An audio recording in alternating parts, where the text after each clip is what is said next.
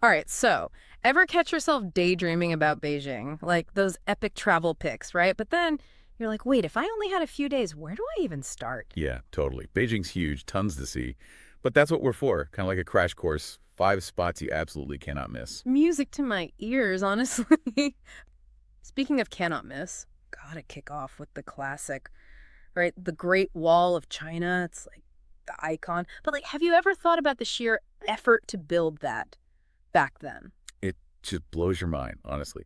And the thing is, it wasn't like poof, overnight. Mhm. Centuries, we're talking dynasties coming and going, each adding their own bit, their own style to the wall. So when you're up there walking it, you're Yeah, literally walking through history. exactly. You feel the weight of it all. Mhm. And speaking of awe-inspiring, from a distance, Andy up close, we got to talk about the Forbidden City, UNESCO World Heritage, right in the heart of Beijing. Okay, Forbidden City, that name alone just oozes mystery, doesn't it? Like, closed off to everyday folks for ages, right? 500 years. Emperors, their inner circle, that's it. Over 9,000 rooms, courtyards, gardens. You could spend a whole day there and barely scratch the surface. 9,000. Okay, gotta ask then, what should we prioritize?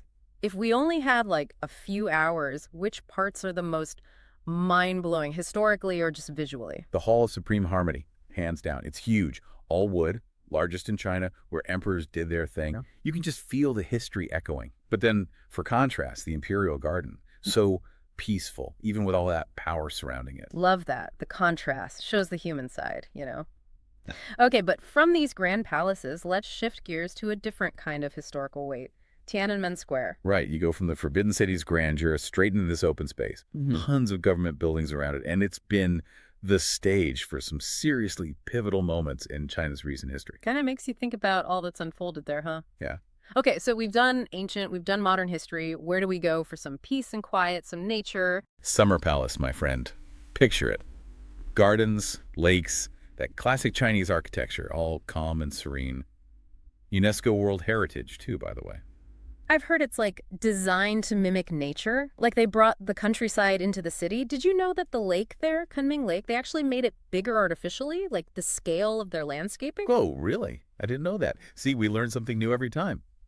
And speaking of combining ambition with, well, spirituality, our final stop takes us to the Temple of Heaven. Okay, before we dive in, any guesses on this one? Emperors went there not to negotiate with other rulers, but to, well, kind of negotiate with the universe, I guess. You're getting good at this. Mhm. Yeah, the Temple of Heaven, centuries old, emperors praying for good harvests, trying to get the heavens on their side. The architecture is incredible too, all about symbolism. You'll see lots of circles, meaning heaven, and squares for earth. It's wild how buildings can reflect beliefs that deeply, right? Makes you think about how we try to understand bigger forces. Absolutely. And there you have it. 5 sides to Beijing, the monumental to the serene. Great Wall to the Temple of Heaven, it's a whole journey, right? Yeah. So, which one's calling your name? No matter what, we know you'll make your own amazing Beijing story. Until next time.